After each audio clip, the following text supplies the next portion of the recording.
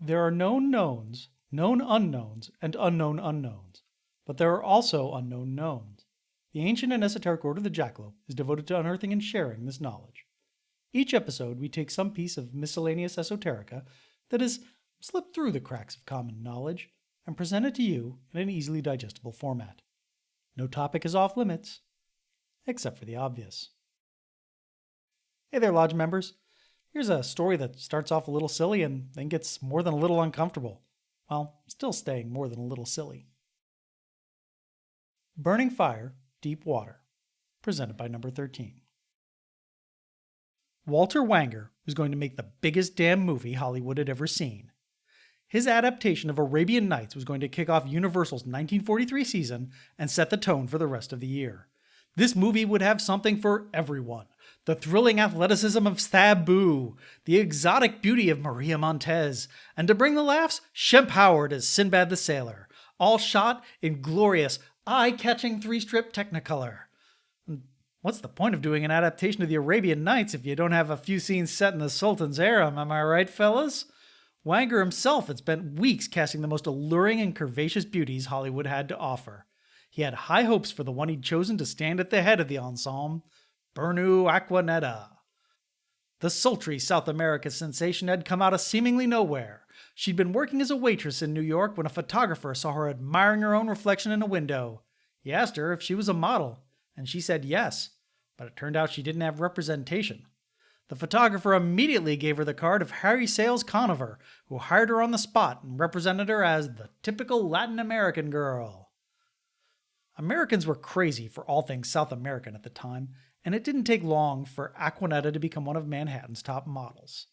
During the day, she appeared on the covers of Bazaar and Cosmo and Vogue. At night, she turned all the male heads at the Stork Club and the 21.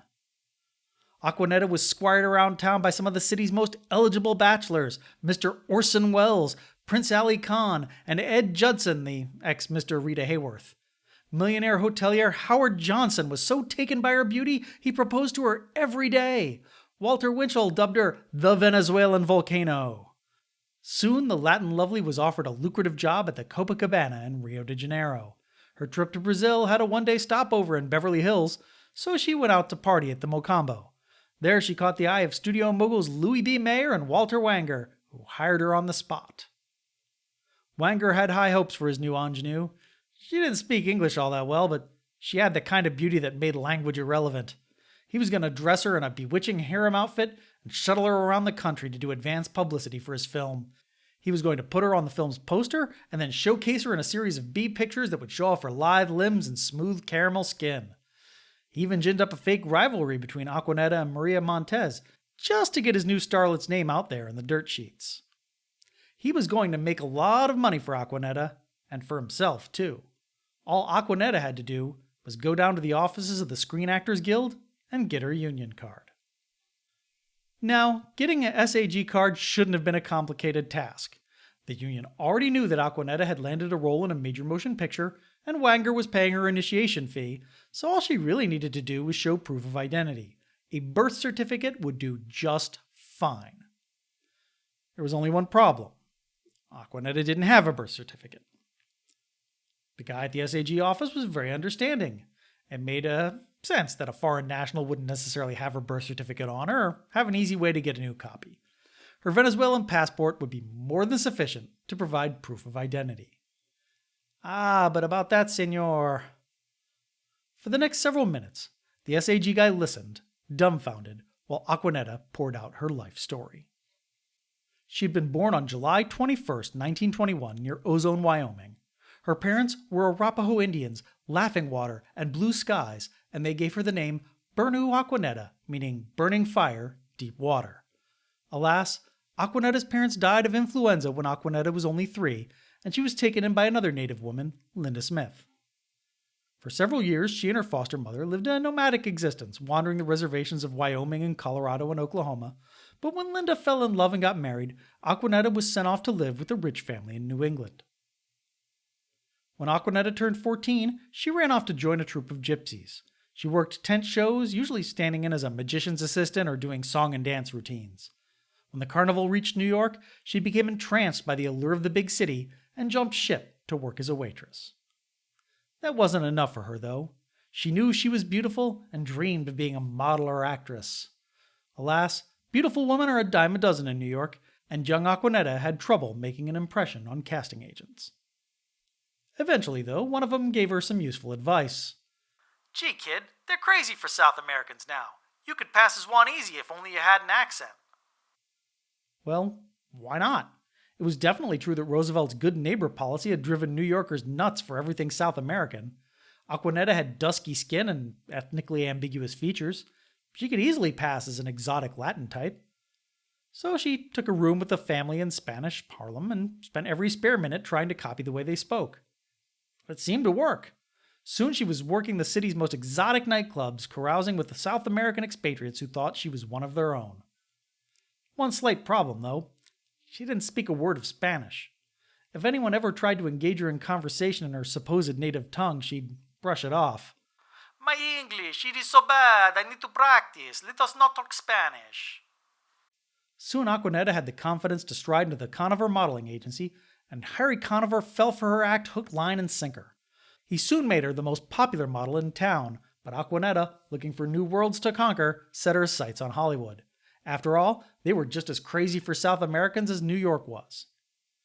Her original plan was to travel to Mexico or Venezuela, get a foreign passport, and then return to California and start looking for work. Unfortunately, on the train out west, she bumped into super agent Charles Feldman, who fell in love with her look at first sight. When Feldman reached Hollywood, he phoned up Walter Wanger and pitched her for a role in Wanger's latest movie. "Walter, I've found something you won't believe until you see it. But ravishing, you know what I mean? Dark, sultry, explosive, colossal, fresh out of Venezuela. That's in South America.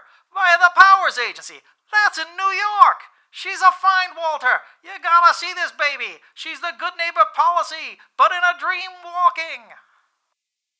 Wanger met with Acquanetta and had her sign a $1,000 contract on the spot.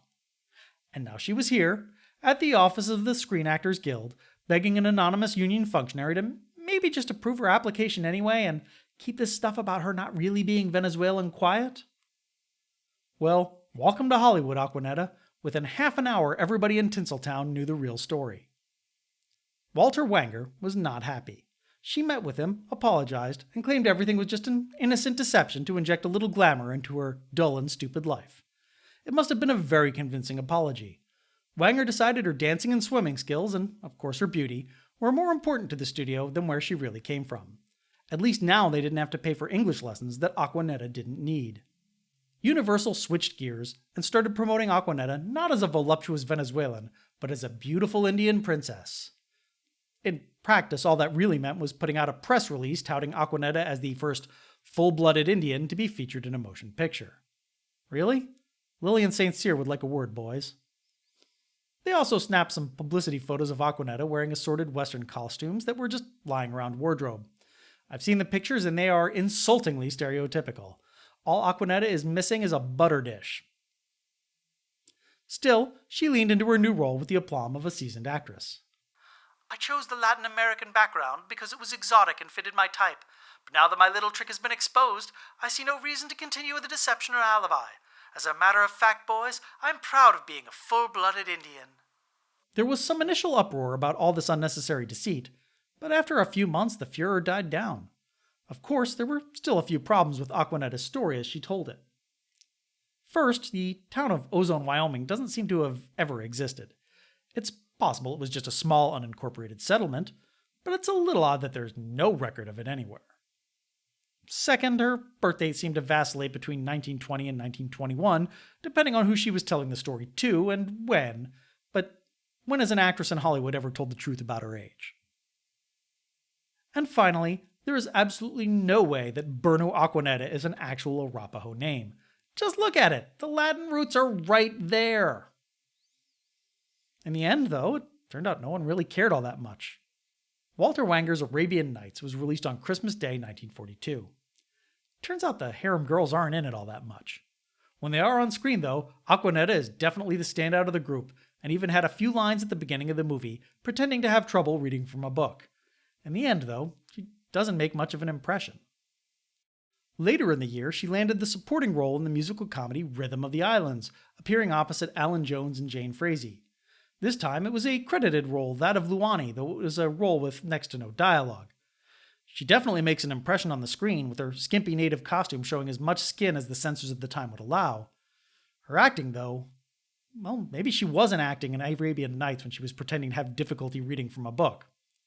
To be fair, she was doing that broken English native voice that Hollywood used all the time back then, and it's hard to sound natural doing that. It was clear, though, that Universal had no idea what to do with Acquanetta. Her infamy hadn't turned into celebrity. She couldn't act very well. She could dance, but she wasn't exactly Sid Charisse. She could swim, but you could only make so many Aqua musicals, and Esther Williams had the market cornered. She was very beautiful, but just like New York, beautiful women in Hollywood are a dime a dozen, possibly cheaper. So Universal did what they did with every actor they couldn't figure out.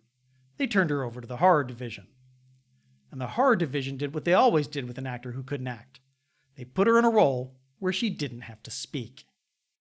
In Captive Wild Woman, Acquanetta plays what is definitely the most unusual monster in the Universal horror canon, Paula Dupree, the Ape Woman. Paula may seem to be a dark and alluring beauty, but she is secretly a gorilla, given the appearance of a beautiful woman through a strange combination of gland transplants and hypnosis. Unfortunately for everyone else in the movie, when Paula's savage animal passions are inflamed, she reverts to her true form, complete with a Wolfman-style transformation sequence, and goes on a violent rampage. Acquanetta as Paula is only on screen for about a third of the movie.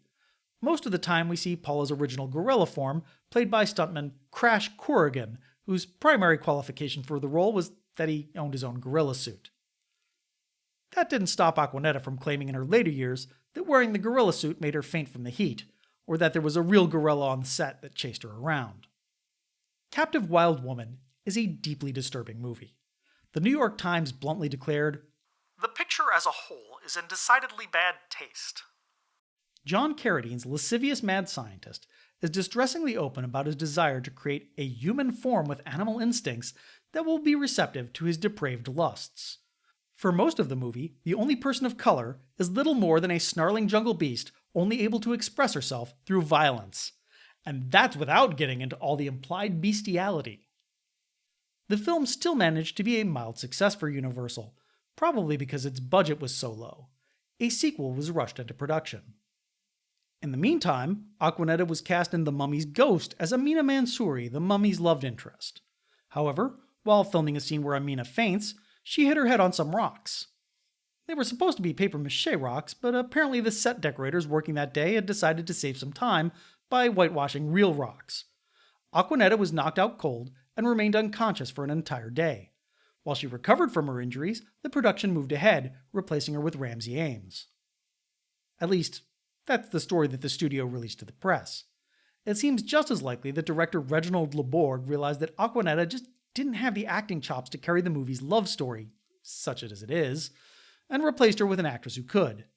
If so, it didn't work out for Laborg because he was stuck with Acquanetta for his next few films. She went back to the role of Paula Dupree once again for Jungle Woman. After an introduction made of recycled footage that takes up the first third of the running time, Paula is briefly resurrected by a different mad scientist, falls in love with his future son-in-law, and once again goes on a violent rampage before being killed. This time, she gets a few lines. The film would have been better off letting her be silent. After that, it was on to the inner sanctum mystery Dead Man's Eyes, where she played a jealous model who blinds Lon Chaney Jr. It's not a good movie, and Acquanetta is one of the worst parts of it. Her accent definitely has to be heard to be believed. It's supposed to be Eastern European, I guess? But it's all over the map, and it's so distracting you can't even focus on her flat line readings. After Dead Man's Eyes, everyone at Universal had to concede that Acquanetta couldn't act, and opportunities started to dry up. For her part, Acquanetta insisted she was being blackballed for refusing the unwanted attentions of Hollywood bigwigs like Darryl F. Zanuck and Clark Gable, which would have been very impressive since both men were away from Hollywood serving in the Army at the time. On July 16, 1944, Universal quietly let Acquanetta's contract expire rather than waste any more time and money developing her career. Of course, What if her inability to act wasn't the reason Acquanetta was fired? What if the reason she had been fired was because studio executives had found out that she was secretly black? In this version of the story, Acquanetta was born Mildred Davenport in Newberry, South Carolina. The Davenports eventually relocated to Norristown, Pennsylvania, where they became one of the most well-off and socially prominent African-American families in the Philadelphia area. Rather than being orphaned or running away to join a camp of gypsies or working as a waitress, Acquanetta just dropped out of the West Virginia State College for Negroes to pursue her dream of becoming a Broadway dancer. There weren't a ton of roles for black dancers, and Acquanetta wasn't light-skinned enough to pass for white, but maybe she could pass for an Aladdin type? After that, her story picks up right where we started this episode. So to summarize, instead of being a Native American posing as a Venezuelan, Acquanetta may have been an African American posing as a Native American posing as a Venezuelan. While Acquanetta may have been able to fool white America, she couldn't fool black America. The African American press had first taken notice of Mildred Davenport back when she was a Philadelphia socialite and eagerly followed her career as she transformed herself into model/actress Burnu Acquanetta. The papers weren't coy about her origins either. The Pittsburgh Courier called her the pretty Negro girl who took Hollywood by storm, and the Los Angeles Sentinel referred to her as a beautiful Negro screen actress. Later in her career, she would be profiled by Jet magazine on several occasions, though notably none of these publications were ever able to interview her. What stopped her story from getting out? Well, white people just didn't read black papers. That's pretty much it. Acquanetta didn't even bother to hide it all that much. On one occasion, she took a white actress back to her family home in Norristown and then had to pass her mother off as the cook rather than admit she was really black. But still, somehow eventually word got back to Universal, who panicked when they learned their new star was black. They'd already made several movies where Acquanetta had been the love interest of a white man. These interracial love scenes were somehow okay if she was Latin or Native American. But if it ever got out she was black, white people in the South would lose their damn minds and the resulting outcry could ruin the studio. Rather than take the risk, they let Acquanetta go. For her part, Acquanetta adjusted her cover story to accommodate for the few facts that dribbled out of the African American papers into the public consciousness. It was a simple enough adjustment. She was still an Arapaho orphan, but instead of being fostered by a white New England family, she was taken in by the black Davenport family. Of course, Acquanetta couldn't resist tinkering with the other parts of the story either, changing her father from a full-blooded Arapaho to being part English, part French, part Jewish, and an illegitimate descendant of King Charles I. Sometimes her father had 5 or 6 wives all over the country, and sometimes the Davenports were somehow his in-laws. The inconsistencies had the net effect of making every part of her story seem unbelievable, which may have provided her some additional cover.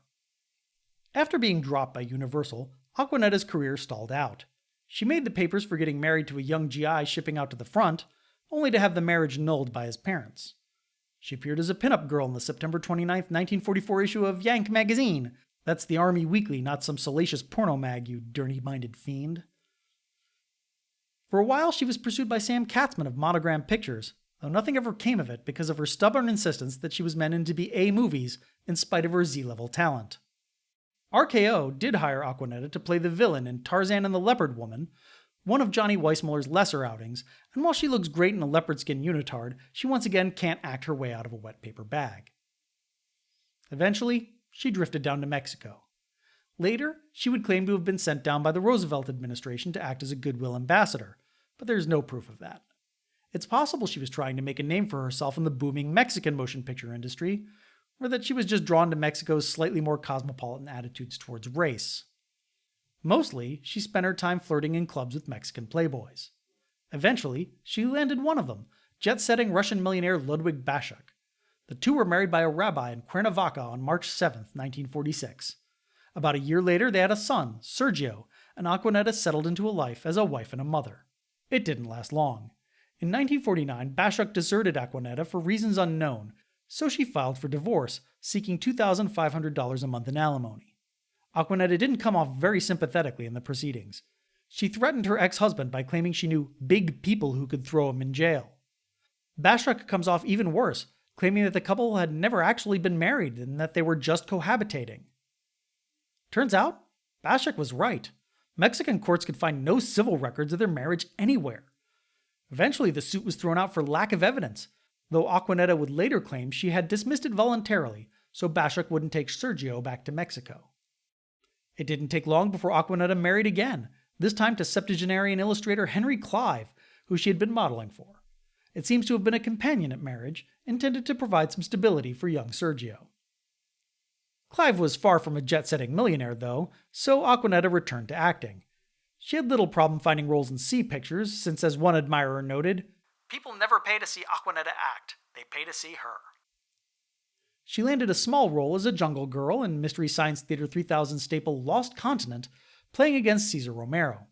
She had small, unmemorable roles in Calloway Went That-A-Way and The Sword of Monte Cristo. Then, tragedy. 5-year-old Sergio died of cancer in late 1952, plunging the actress into a deep depression. Her marriage to Clive fell apart, and they divorced. She even had to sue the Manhattan Life Insurance Company just to get a payout on her son's life insurance, since they were denying her claims for failure to report pre-existing conditions. She took one more acting role, a bit part in Take the High Ground. After that, she did whatever it took to make ends meet: model work, advertising, and even working as a disc jockey for Los Angeles radio station KPOL. Not too long after becoming a DJ, Acquanetta met and married Palm Springs businessman Jack Ross. She would later claim that they met while she was playing the role of Shira the Dragon Lady in the TV series China Smith, which would have been quite an accomplishment since Shira was actually portrayed by Myrna Dell. A few years later, the couple opened a series of Lincoln Mercury dealerships out in Phoenix, Arizona, and moved out to Mesa to be closer to them. To promote the dealerships, Jack adopted the outsized persona of Mr. Touchdown for his TV and radio commercials, and also tried to grab viewers' attention by showing off his beautiful movie star wife. It proved to be a successful strategy, and they sold quite a few cars. It probably helped that each car also came with a trunk full of free groceries. Jack's car dealerships also sponsored the Friday Night Late Late Show, which Acquanetta would come out to introduce. Soon, the couple were beloved local celebrities and fixtures of Phoenix's social scene. Jack expanded the business and even unsuccessfully ran for governor of Arizona in 1970 and 1974.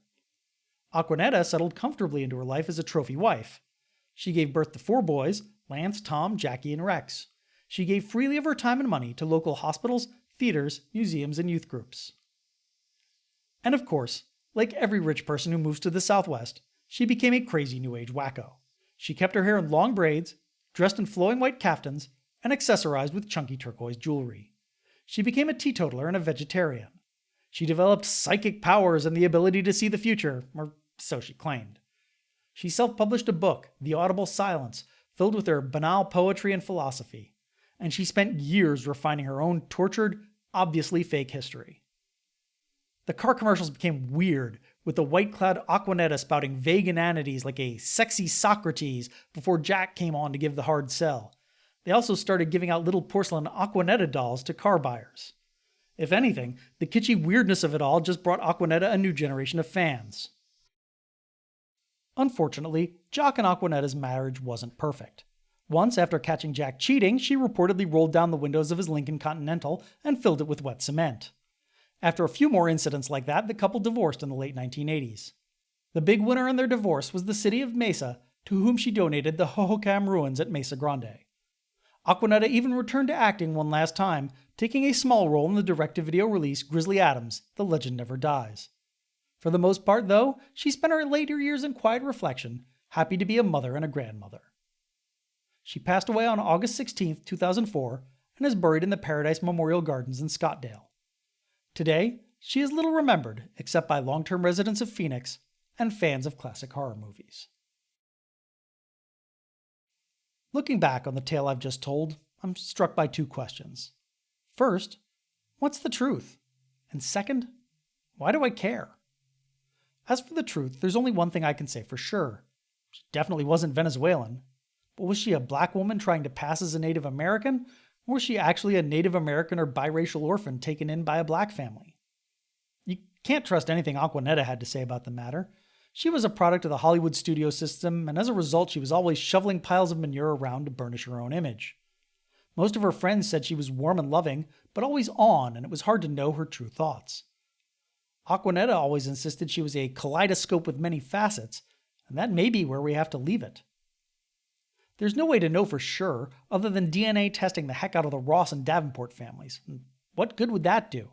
In the end, it's their family business, and we should just butt out.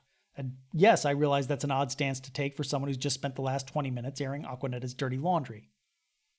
As for why I care, I think I'm less interested in Acquanetta herself, and more what her story says about this country and its people. One of the stories we tell ourselves as a nation is that America is a place where you can leave the past behind and become whatever you want to be. That freedom, though, is really only for white Americans, and denied to everyone else because of the color of their skin and the racism of the white majority. I can't blame someone who was clearly the victim of both personal and systemic racism from doing everything they could to bypass the system by passing as a more acceptable ethnic group. And the idea that there's even such a thing as a more acceptable ethnic group, don't get me started. The concept of passing itself, though, is also inherently problematic because it is arguably a selfish act in which the individual aligns themselves with the oppressor for personal gain without doing anything to benefit the oppressed.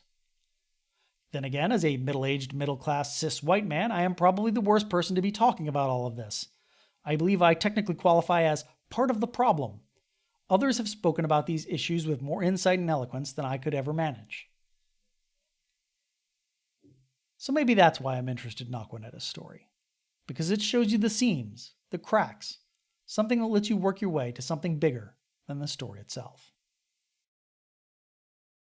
Key sources for this episode include Gregory William Mank's Woman in Horror Films 1940s, contemporary newspaper and magazine reporting, and several excellent articles written by Robert L. Pela for the Phoenix New Times.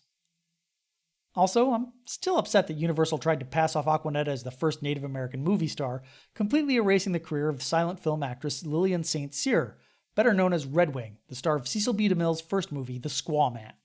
You should go check out Linda M. Waggoner's Starring Red Wing for all the incredible details of St. Cyr's life.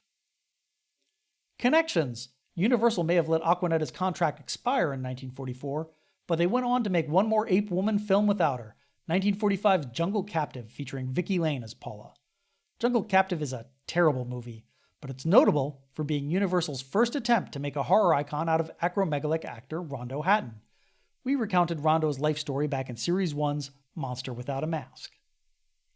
Also, both actors starred in films that were featured in episodes of Mystery Science Theater 3000, Rondo in The Brute Man and Acquanetta in Lost Continent. Few more quick notes. I debated for a long time whether Acquanetta's story belonged in the hoaxes, frauds, and forgeries category. Ultimately, I decided that she belonged in the category for the whole pretending to be Venezuelan thing, if nothing else. And while I really couldn't fit it into the flow of the story, I feel that I should really mention that in 2006, someone made a one-act opera out of Acquanetta's life story. All of the music is up on YouTube, and it's really quite good. Links in the show notes and on the website. And that's all for this week, Lodge members. I'll be back in 2 weeks with a new episode we're calling... well, I haven't got a name for it yet. Hopefully I come up with one by recording time. Until then, quid minime sciant, optime scire. Burning Fire, Deep Water was written and produced by David White for the Ancient and Esoteric Order of the Jackalope and is released under a Creative Commons Attribution Non-Commercial Share-alike 4.0 International License. All rights reserved, all wrongs reversed. The script for this episode, with sources, links, and more, can be found on our website, orderthejackalope.com. That's Order the Jackalope with hyphens between the words. Do you have opinions about this episode? Why not share them over on our Discord server, The Warren? There's a link in the show notes and over on our website. Or tag one of our social media accounts. We can be found at Order Jackalope on Twitter, Instagram, Reddit, and Tumblr. If social media is not your thing, send us an email at jackalope@orderthejackalope.com. We're looking for new lodge members. We'll initiate anyone into the secret mysteries if they share a secret mystery of their own first. Visit our website and click Join Us for more information.